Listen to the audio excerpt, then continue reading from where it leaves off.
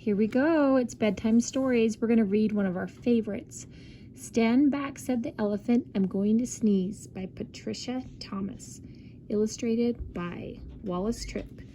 This book we bought it used, and we've had it for 16 years at least. We have been reading it. It's kind of falling apart, so. Stand back, said the elephant, I'm going to sneeze.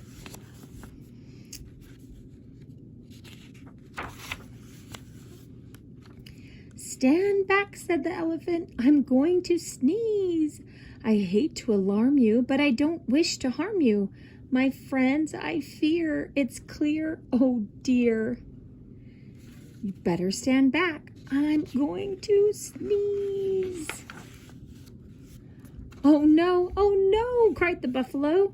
You're so big and strong, and your trunk is so long.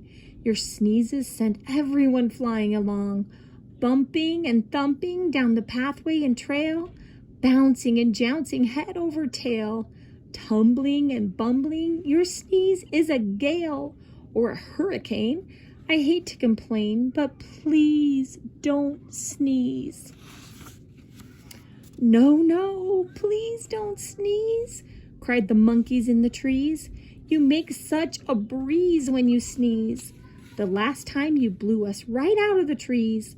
The branches began to bend and to sway, and some of us landed so far away, we didn't get back until the next day. The leaves all went whirling and tumbling and swirling, and the flowers shook for hours the last time you sneezed. Even a cough would knock some of us off. Oh, please don't sneeze. With a shriek, the parrot opened his beak. The elephant says he's going to sneeze. Oh, elephant, please, cried the birds and the bees. The last time you sneezed, we lost every feather. We didn't know whether we'd ever get back together. Every parakeet was bare as a sheet, from his head to his feet. What's more, all the whales had peacocks' tails, and the wings of the cockatoo were stuck on the kangaroo. You must confess it was quite a mess, very confusing and not too amusing. Even a snuffle makes our feathers ruffle. Oh, please don't sneeze. Okay, don't touch the light switch. Fly, fly, called the birds to the bees. The elephant says he's going to sneeze. Oh no, buzzed the bees. Not a sneeze, not a sneeze. The last time he blew off our stings and our wings, and we had to make do with the rose thorns and glue. Furthermore, what a shock. We all had to walk on our knees, if you please, and that's hard on bees' knees. While our wings grew back in, what a sin. Oh, please don't sneeze. Beware, beware, called the bees to the bear. The elephant says he's going to sneeze. Oh, please, not a sneeze, said the bear. That's not fair, I declare. The last time he sneezed, he blew off all my hair and left me so bare. I spent the whole winter in long underwear. Nothing so sad as a bear that is bare. The poor giraffe, don't laugh, almost bent in half, and the alligator's snout was turned inside out the last time he sneezed. A sniff or a snuff is bad enough, but a sneeze, oh please don't sneeze. I don't suppose you could hold your nose or wait a while, asked the crocodile with a sad little smile. Oh my, do try, said the fly.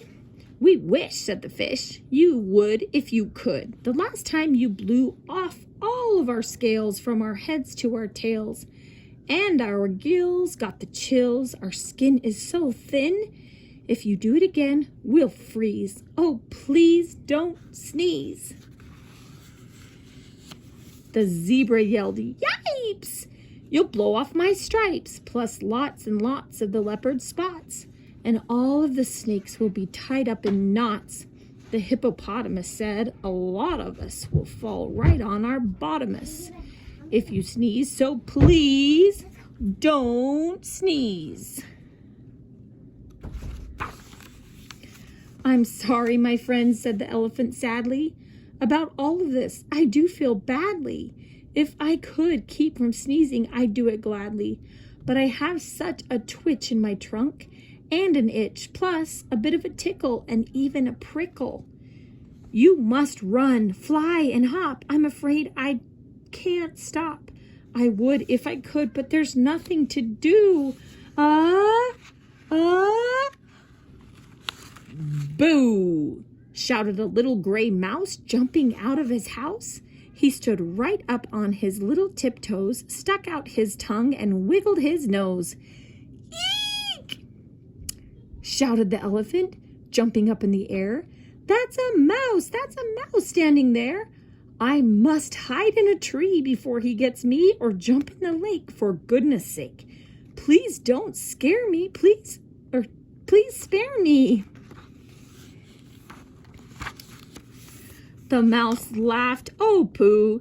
Now what could I do? A little thing like me to a big thing like you?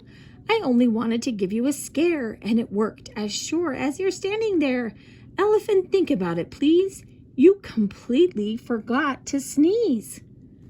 "Well, what do you know?" laughed the elephant. "That's so. It's astounding, confounding. As I live and breathe, I don't think I really have to sneeze." He began to giggle. "Hee, hee, hee, hee. That's the funniest thing that's happened to me. Ha, ha, ha, ho, ho, ho." The elephant shook from his head to his toe. He ho-hoed and ha-ha'd and giggled and gawked. He chortled and chuckled until his knees buckled. He sat down and rolled from side to side. In fact, the elephant laughed until he cried.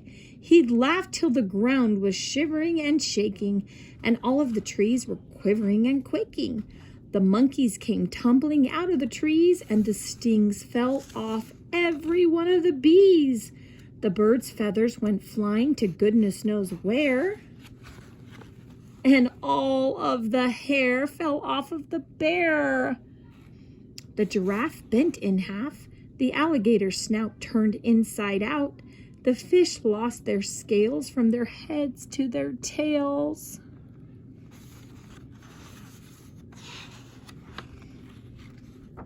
The zebra yelled, "Yipes! There goes my stripes!" while the hippo went thump right on his plump you-know-what.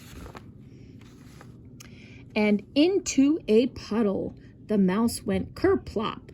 Then he sat up and shouted, "This simply must stop. We're terribly glad you don't have to sneeze, but if you must laugh, laugh softly. Oh, elephant, please." The end. We lost our cover during the reading, so we're going to have to tape it back together. Hope you enjoyed. Good night.